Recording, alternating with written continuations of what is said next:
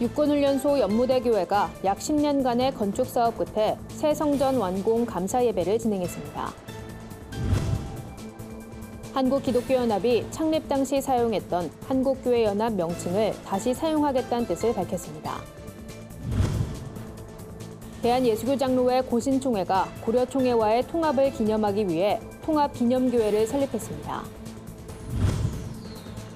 구티비가 성탄의 진정한 의미를 되새기기 위한 성탄절 특별 프로그램을 마련했습니다. 교계 연합기관과 주요 교단들이 성탄을 기뻐하는 축하 메시지를 전했습니다.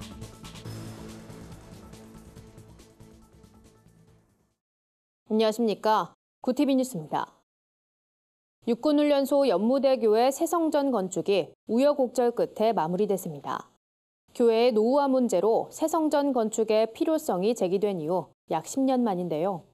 한국교회 주요 교단장과 성도, 장병 등 5천여 명은 이날 봉헌 예배를 드리며 더욱 많은 청년들에게 복음이 전해지길 기도했습니다.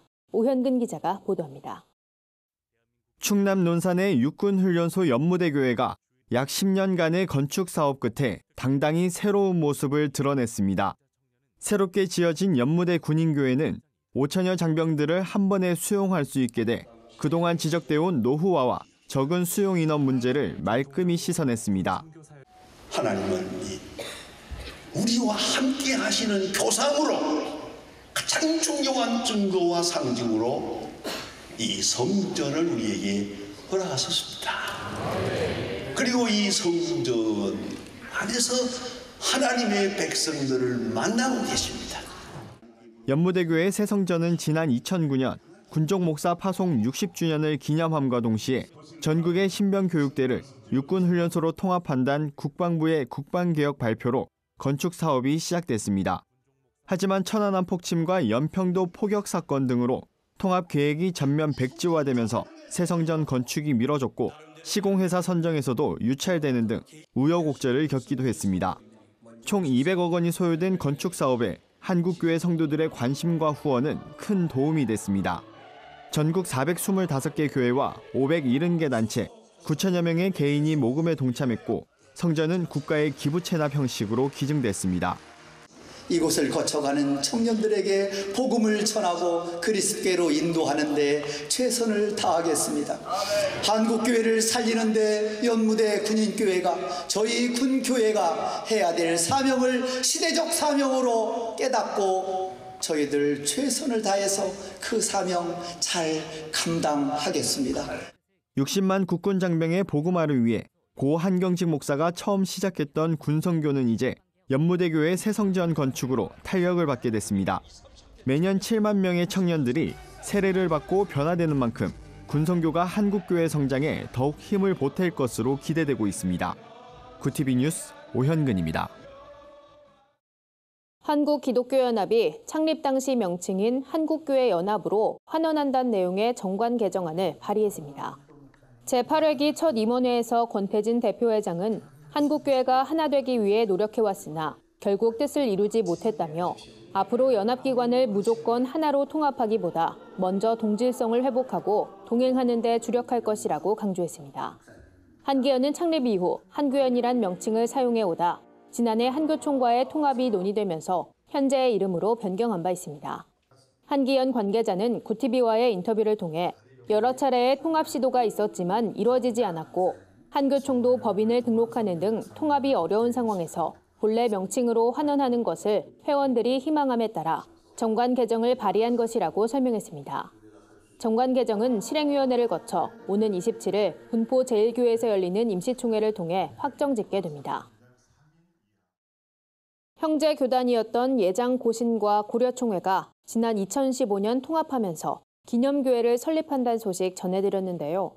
통합기념교회가 7개월간의 공사를 끝내고 한마음교회란 이름으로 사역을 시작합니다. 한마음교회 설립 감사예배 현장에 여선아 기자가 다녀왔습니다.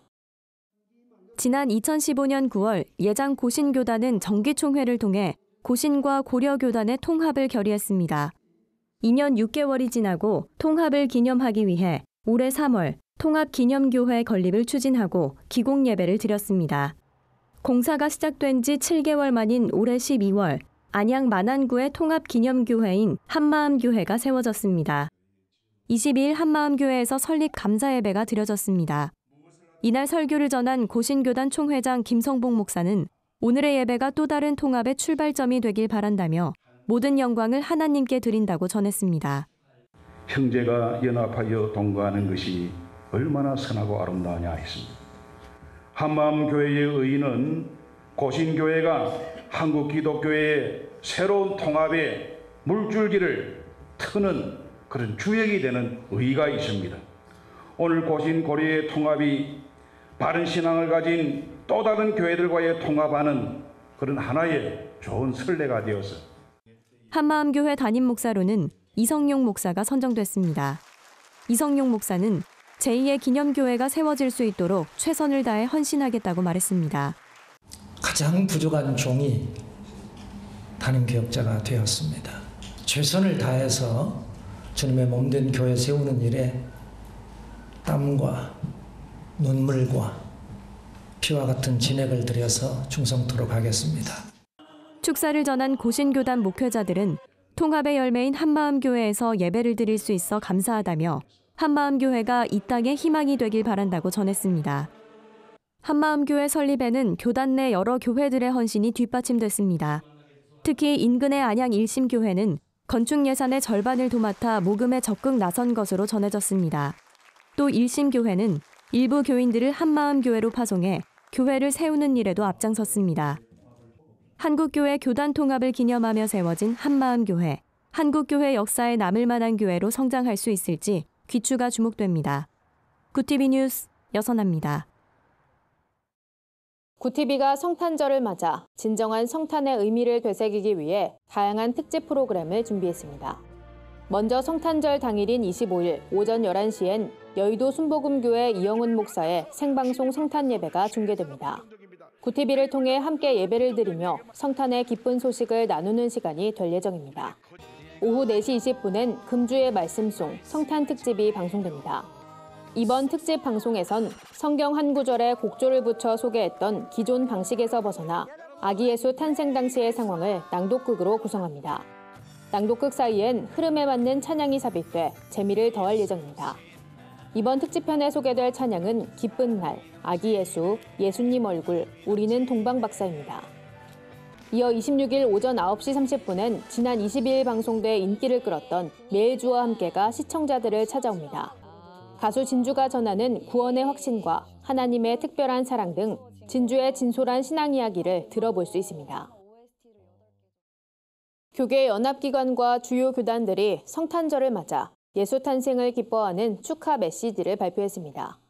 이들은 평화의 왕 그리스도의 은총이 한반도에 충만히 임하길 바란다고 전했습니다. 한국교회 총연합과 한국기독교교회협의회 등 연합기관들은 우리 사회 소외이웃들에게 성탄의 기쁜 소식이 전해지길 바랐습니다. 한교총은 북한 주민들과 전 세계 한인 동포들, 가난하고 외로운 이들, 인생의 무게에 고통받는 이들에게 예수님의 치유와 위로의 손길이 함께하길 소망한다고 전했습니다. 교회 옆도 고통 속의 삶을 이어가는 사람들에게 사랑과 평화로 이 땅에 오신 예수님의 빛이 임하길 바란다고 밝혔습니다. 교단들은 일제히 성탄의 참된 의미를 본받아 한국교회가 화해와 회복을 이루는 데 앞장서야 한다고 당부했습니다. 예장통합 리명석 총회장은 한반도는 분단을 넘어 평화통일의 시대를 향해 나아가고 있다며 민족의 하나됨과 세계 평화를 위해 기도하자고 권면했습니다.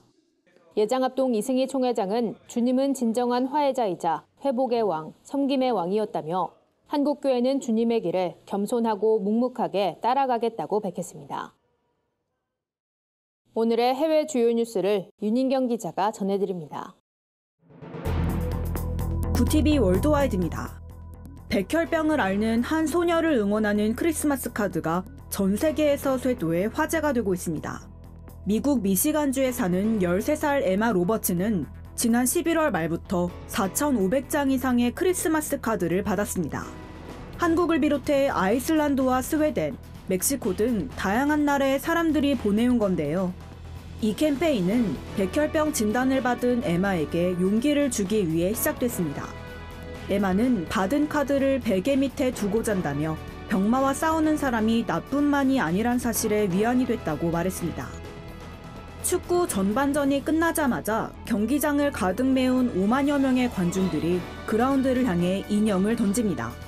스페인 프로축구 레알 베티스가 지역의 불우한 어린이들에게 크리스마스 선물로 나눠줄 인형 기부를 부탁하자 팬들이 엄청난 양의 인형으로 화답한 겁니다.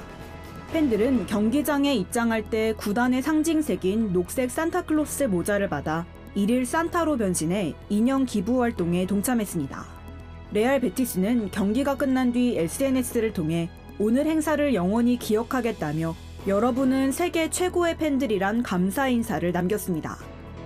세상을 떠나기 전 이웃집 아이에게 14년치 성탄절 선물을 남긴 할아버지의 사연이 훈훈함을 더하고 있습니다.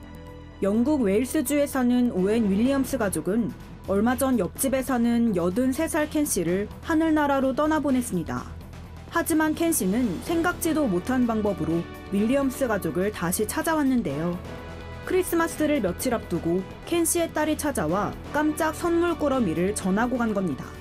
이 선물은 오웬 씨의 2살 딸 캐디가 앞으로 14년 동안 매년 크리스마스 선물을 받을 수 있도록 켄 씨가 몰래 준비한 것이었습니다. 오웬 씨는 너무 가슴이 벅차 아내와 눈물을 참지 못했다며 켄 씨의 바람대로 아이에게 매년 하나씩 선물할 것이라고 말했습니다. 최근 중국 당국이 지하교회 단속에 열을 올린 데 이어 이번엔 중국 곳곳에 크리스마스 금지령이 내려졌습니다. 중국 베이징 인근 도시인 낭팡시 도시관리국은 도시 전역의 상점들이 길거리에 크리스마스 트리를 세우거나 장식 조명을 다는 등 성탄절 기념 행사를 하지 못하도록 지시했습니다. 사회 안정을 해친다는 이유로 공연이나 전도 등 종교 활동을 하는 것도 엄격히 금지했으며 이를 발견하면 즉시 신고하도록 했습니다. 중국은 전 세계에 판매되는 인조 크리스마스 트리의 60%를 수출하고 있지만 이와는 모순적으로 크리스마스를 휴일로 인정하지 않고 있으며 중국 관영 매체들은 성탄절 관련 보도도 일절 내보내지 않고 있습니다. 마이크 펜스 미국 부통령이 북한 인권 유린에 대한 연설을 준비하다가 돌연 이를 취소했습니다. 2차 북미 정상회담이 추진 중인 상황에서 북한의 아킬레스건인 인권 문제로 북한을 자극하지 않겠다는 의도로 해석됩니다. 펜스 부통령 측은 다른 스케줄과 겹쳤기 때문이라고 설명했지만 미국 ABC 방송 등은 다른 소식통을 인용해 북한을 화나게 하거나 소외시킬 수 있고 비핵화 대화를 탈선시킬 수 있다는 우려 때문이라고 전했습니다. 이에 인권단체들은 펜스 부통령의 연설 취소가 북한 인권 유린에 대한 압박을 일부 풀어주려는 또 다른 신호가 될까 우려하고 있습니다. 구티비 뉴스 윤인경입니다. 오늘의 사회 이슈를 여선아 기자가 종합해드립니다. 오늘의 이슈 포커스입니다. 강릉 펜션 참사가 가스 설비 부실 시공과 점검, 관리 소홀 등 총체적 부실이 결합한 인재라는 사실이 경찰 수사를 통해 드러나고 있습니다. 문제의 가스 보일러는 2014년 4월 당시 펜션 건물주가 무자격자인 보일러 시공업자에게 설치를 의뢰한 것으로 알려졌습니다. 또 LPG 용기와 배관은 LP가스 공급업자가 설치한 것으로 밝혀졌습니다. 경찰은 설치 비용을 아끼기 위해 무자격자가 시공을 하다 보니 부실 시공으로 이어졌을 가능성이 높다고 전했습니다. 문재인 대통령의 국정 지지도가 3주 만에 다시 최저치를 경신했습니다. 여론조사기관 리얼미터가 지난 17일부터 21일 전국 19세 이상 유권자 2,513명을 대상으로 조사한 결과 문 대통령의 국정 수행에 대한 평가는 전주보다 1.4%포인트 내린 47.1%로 집계됐습니다. 연령별로는 20대에서 가장 큰 내림폭을 보였고 직업별로는 학생에서 하락폭이 가장 컸습니다. 서울 시민 대부분이 내년 최대 경제 이슈는 청년 실업 및 고용 문제가 될 것으로 예측한다는 조사 결과가 나왔습니다. 이어 부동산 경기, 최저임금 인상, 생활 물가 상승, 자영업자 등 소상공인 문제가 뒤를 이었습니다. 각 경제 이슈가 내년에 얼마나 개선될 것으로 보느냐는 질문엔 서울 시민 대부분이 크게 개선되지 못할 것으로 예상했습니다. 구티비 뉴스 여선아입니다. 주요 단신입니다. 한국기독교 직장선교연합회가 제7회 직장선교대상 수상단체에 서울경찰청 기독선교연합회를 선정했습니다. 개인 부문은 세계기독교 직장선교연합회 명근식 대표회장이, 모범 직장선교인은 현대자동차 직장선교연합회 김정규 총무가 선정됐습니다. 시상식은 내년 1월 12일 진행됩니다. YWCA가 여성 권익과 지위 향상을 위해 헌신한 여성 리더를 발굴하기 위해 선정해온 제17회 한국 여성 지도자상 후보자를 내년 1월까지 추천받습니다. 대상과 젊은 지도자상 2개 부문에서 후보자를 추천받으며 우편 또는 이메일, 방문을 통해 접수할 수 있습니다.